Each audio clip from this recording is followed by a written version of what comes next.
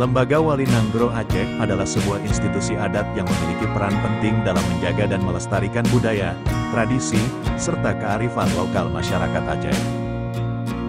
Bagaimana menurutmu? Cocok? Beri ulasan di kolom komen, ya. Lembaga ini berakar dari sejarah panjang Kesultanan Aceh, di mana Wali Nanggro awalnya adalah gelar yang diberikan kepada pemimpin harismatik dengan pengaruh besar di masyarakat. Selama masa konflik antara Gerakan Aceh Merdeka, GAM, dan pemerintah Indonesia, peran Wali Nanggro menjadi simbol perjuangan dan identitas Aceh.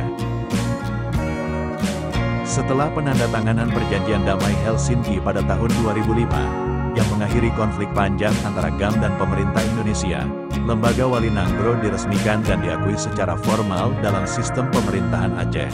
Lembaga ini bertugas menjaga dan mengembangkan adat istiadat, memberikan nasihat dalam urusan-urusan adat dan budaya, serta berperan dalam upaya rekonsiliasi dan perdamaian di Aceh. Lembaga Wali Nanggro juga berfungsi sebagai pemersatu masyarakat Aceh, menjaga agar warisan budaya tetap hidup dan relevan, serta memastikan bahwa nilai-nilai tradisional tetap dihormati dalam perkembangan sosial dan politik modern. Penolakan terhadap Lembaga Wali Nanggro Aceh muncul karena beberapa alasan utama. Pertama, sebagian masyarakat merasa bahwa lembaga ini memberikan kekuasaan yang terlalu besar kepada satu individu tanpa pengawasan yang memadai. Hal ini menimbulkan kekhawatiran akan potensi penyalahgunaan kekuasaan. Kedua, ada pandangan bahwa fungsi dan peran Lembaga Wali Nanggro tidak jelas dan tumpang tindih dengan lembaga-lembaga pemerintahan yang sudah ada. Beberapa orang merasa bahwa hal ini hanya menambah birokrasi tanpa memberikan manfaat nyata. Ketiga, aspek pembiayaan lembaga ini juga menjadi sorotan. Beberapa pihak merasa bahwa dana yang dialokasikan untuk Lembaga Wali Nanggro lebih baik digunakan untuk program pembangunan lain yang lebih mendesak. Keempat, ada kekhawatiran bahwa lembaga ini bisa digunakan untuk kepentingan politik tertentu, terutama jika pemimpin lembaga memiliki afiliasi politik yang kuat.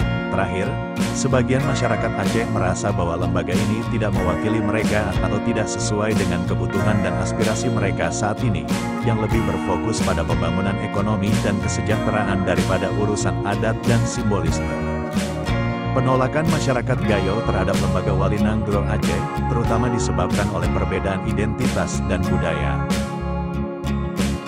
Masyarakat Gayo memiliki adat, bahasa, dan tradisi yang berbeda dari masyarakat pesisir Aceh, dan mereka merasa bahwa Lembaga Wali Nanggro lebih merepresentasikan budaya Aceh pesisir daripada keberagaman budaya di seluruh provinsi.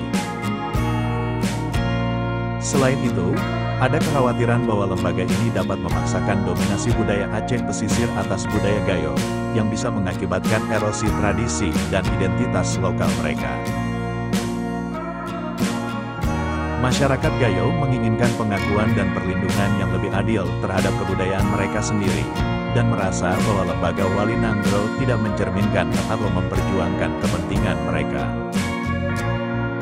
Ada juga rasa ketidakpercayaan dan ketidakpuasan terhadap struktur kekuasaan yang ada, yang dianggap terlalu terpusat dan tidak memberikan ruang yang cukup bagi komunitas-komunitas non-pesisir untuk berpartisipasi secara setara dalam pengambilan keputusan. Masyarakat Gayo merasa perlu adanya lembaga yang lebih inklusif dan representatif terhadap keragaman etnis dan budaya di Aceh. Demikian, salam damai, salam Sandawari.